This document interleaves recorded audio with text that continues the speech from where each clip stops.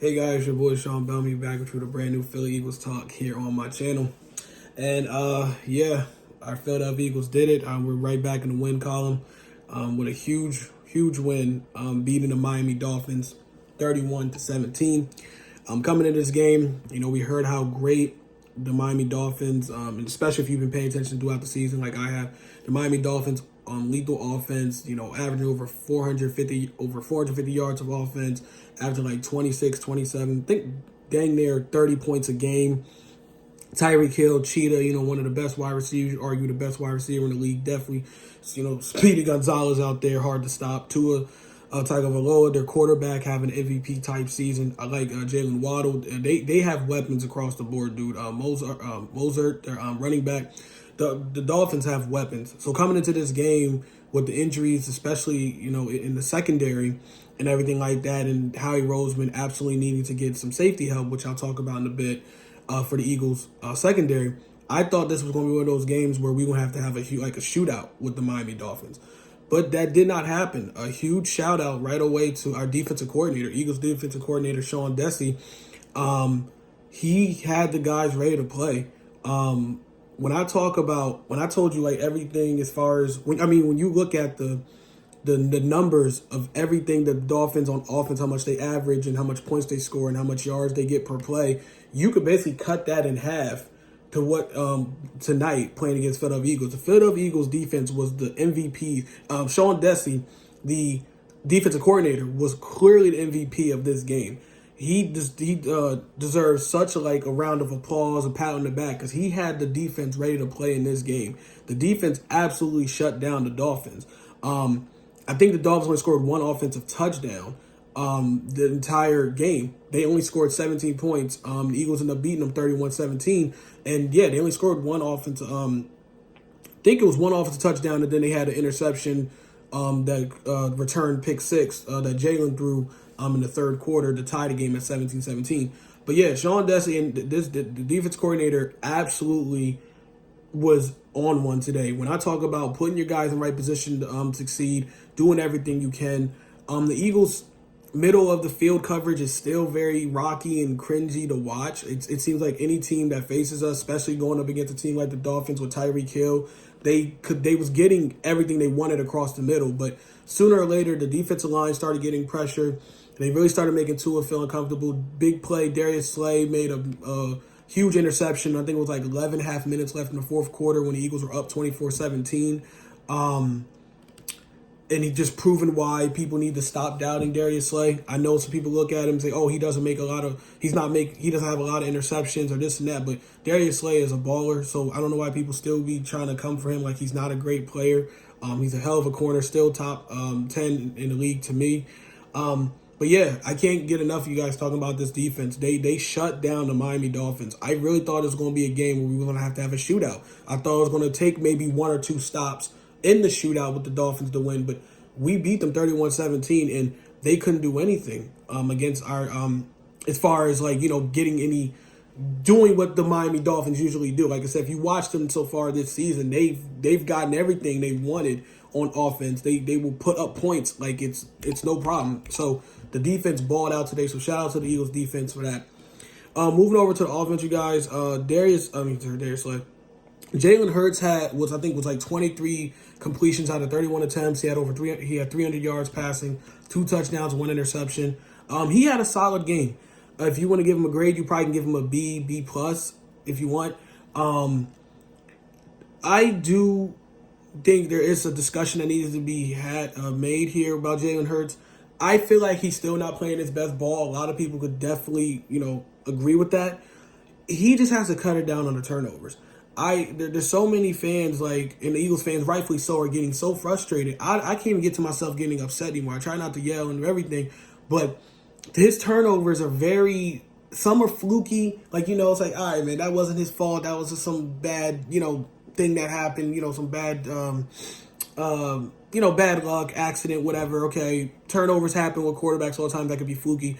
But there's also other times where you're looking at it like, Jalen, what are you doing, dude? You wasn't doing this last year. And I'm not saying I expect Jalen Hurts to be perfect all the time, but it's just his decision making at times and deciding to hold on to the ball. It's just he's not seeing the field completely like he was last year. Last year, around I forgot how many interceptions he had around this time after 7 games, but it definitely wasn't 8. And what I mean by that is he has 8 interceptions. He threw one again against the Dolphins, and it was a horrible interception. It was 17-10 in the third quarter.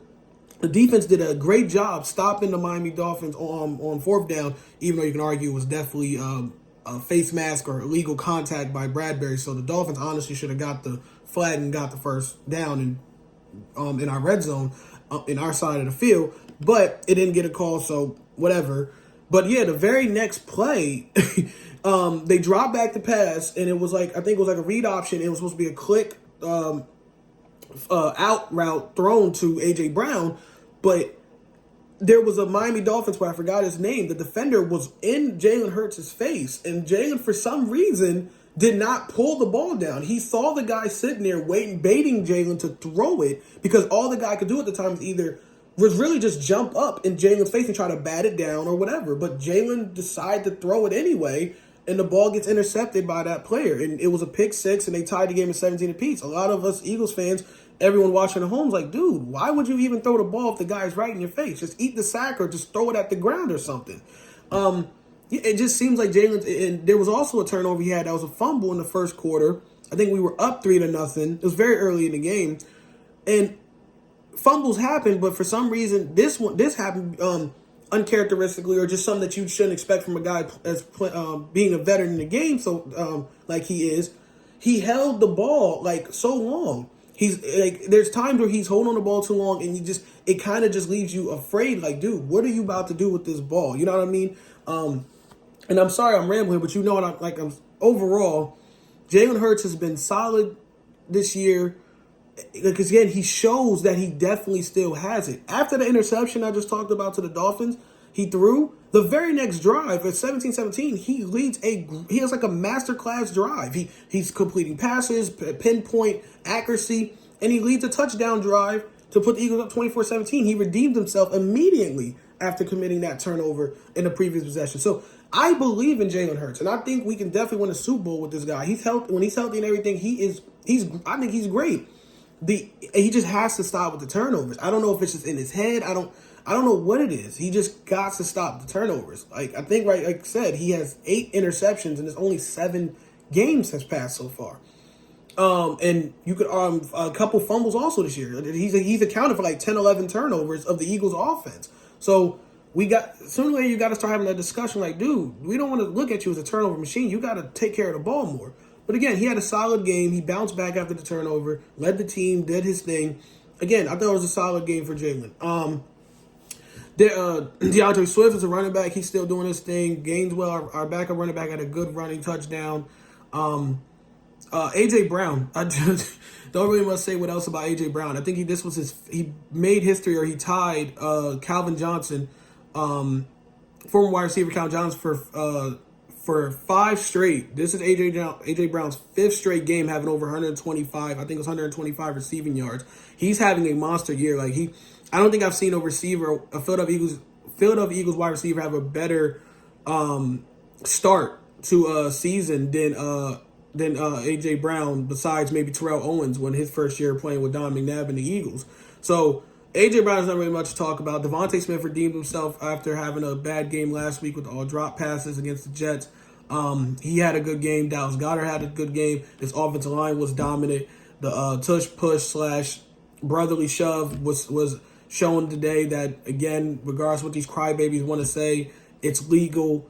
Everyone could do this play, or at least can attempt to do the play, because no one can do it like we can. We was 4 for 4 on 4th down doing that play. There was even a part where Nick Sirianni, late in the 4th quarter, when we're trying to drive and really have a big drive, and we're up 24-17, and we're trying to eat the clock, we did the tush push, or I keep calling it that. It's the brotherly shove, basically.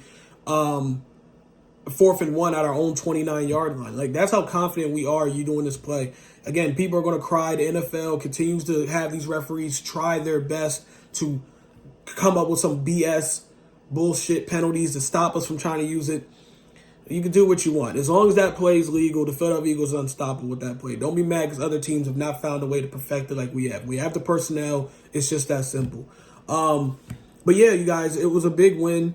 I really don't have much else to say besides that. It was really huge. And this gauntlet of a schedule that started tonight against the Dolphins, we absolutely needed this win, in my opinion. 5-2. If we would have lost, we would have been 5-2, and it's not the end of the world. But that's a huge win, especially when you look at our division. We are up 2 games now in our division on Dallas, because Dallas had a bye week and sitting at 4-2. The Washington Commanders are absolutely trash. They lost to the 1-5 Giants, 14-7. So that improved the Giants record to 2-5, but it dropped the Commanders to 3-4. So again, if we do what we're supposed to do, man, we could walk away with this division and everything. But yeah, it was a really big game. We needed. We're 6-1. We got the Washington Commanders. Speaking of the Washington Commanders, we got them next week in Washington, which I feel confident we can win that game. I know it's a division game. I know they're going to play us tough. I know they're going to be looking to redeem themselves after their horrible, embarrassing showing against the Giants. But overall, I do feel good about this going into that next week. But this was a huge win. I'm so glad I'm going to go to sleep tonight. Excuse me, I'm going to go to sleep tonight. The last thing I got to see was the Eagles win. I can't stand late night games when you stay up almost at midnight on East Coast and you're sitting here like, oh my goodness, am I going to go to bed with the Eagles loss in my head? So it's really nice that we won. Again, shout out to Sean Dusty, the defensive coordinator for the Eagles.